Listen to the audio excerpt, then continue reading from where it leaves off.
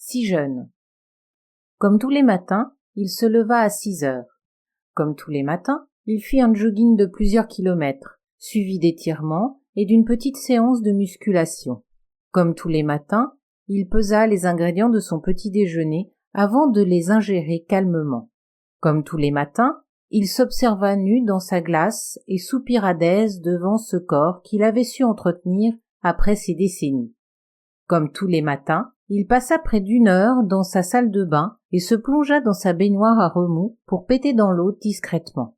Comme tous les matins, il s'efforça de réparer les outrages du temps, gommant les fines ridules qui ourlaient ses yeux avec de la pommade vendue au prix du caviar, s'arrachant les fils blancs qui résistaient à la teinture et s'évertuaient à proliférer, pommadant et massant sa peau devenue souple, flasque par endroits, et pilant les broussailles qui encombraient narines et pavillons, désodorisant puis parfumant l'ensemble. Comme tous les matins, il se sapa comme jamais et passa plusieurs minutes devant le grand miroir de l'entrée, à rectifier ce qui clochait, à s'assurer que tout collait à la perfection. Comme tous les matins, Isidore quitta son domicile à 9 heures précises et se dirigea droit au débit de boisson à la rencontre de Marius. Ce qu'il ne savait pas, patience. Homme tout en rondeur, le sourire facile, la poignée de main et le regard franc, Marius n'avait rien d'un homme détestable, bien au contraire.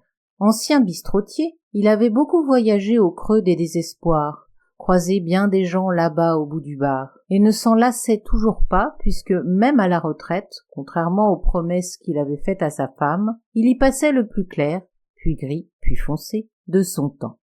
Il payait des coups à tout le monde, n'oubliait personne et racontait de sympathiques anecdotes sans trop de nostalgie.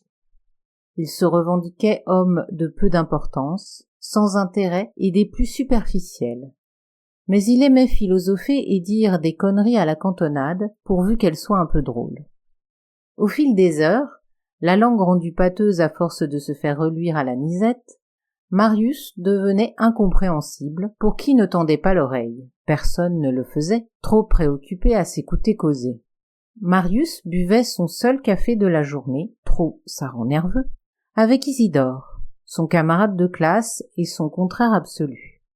Pour Marius, Isidore était un pur produit marketing, le reflet des spéculateurs qui misent sur vos cheveux et leurs couleurs, que c'est joli un casque sur une tête ridée comme une peau de cou de poulet, sur votre incontinence, quel plaisir de pisser abondamment dans des couches, sur votre motricité, quel plaisir de monter les escaliers en chaise à porteur, sur votre envie de rigoler entre vous, quelle bonne ambiance dans un mouroir de luxe pour blagueurs, et surtout, sur vos envies de jeunesse. Parce que faire croire à des adultes que vouloir rajeunir est un acte légitime et une preuve de modernité, alors qu'il n'est qu'un acte régressif, un véritable retour au babillement, ça c'est fortiche. Il ne se passait pas un jour sans que sa femme achète des produits anti-âge, parce qu'elle le valait bien. Marius s'en attristait. Isidore, non.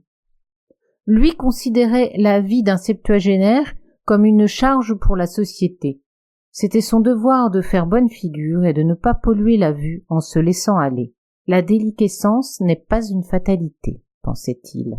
Il suffit pour ça d'un peu d'imagination. Nous serions bêtes de ne pas profiter des progrès de la science. Liposuction, botuline, régime adapté, prothèse mammaire, pilule bleue, il n'y a que des avantages. Regarde-toi, Marius, tu croules de partout.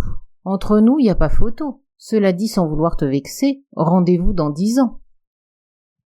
Rajeunir, quel beau programme. Tu ne vois même pas le message consumériste sournois. Tu ne vois pas que tous ces produits qui peuvent faire d'un vieux un jeune sont des conneries pour les pigeons. Dans 10 ans, Isidore, je serai peut-être mort, mais tu auras davantage de rides, quels que soient les produits que tu utilises.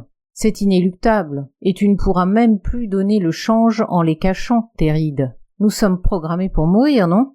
Ce n'est pas parce que l'on cache les vieux qu'il faut nous déguiser en jeunes, rien que des rêves pour grands enfants. Voilà ce que tu achètes. Rien d'autre. En attendant, moi, je suis en forme. Je n'arrane pas au bout de 3 marches. Je te le concède, Je trouve ça très bien et courageux de ta part de galoper tous les matins, de faire fonctionner la machine.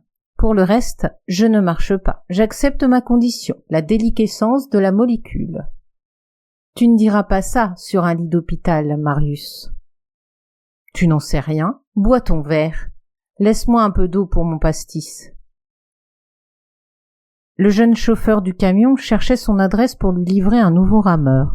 Le véhicule ne put l'éviter. En sortant du bar, Isidore se fit renverser. Il mourut dans l'ambulance. Si jeune.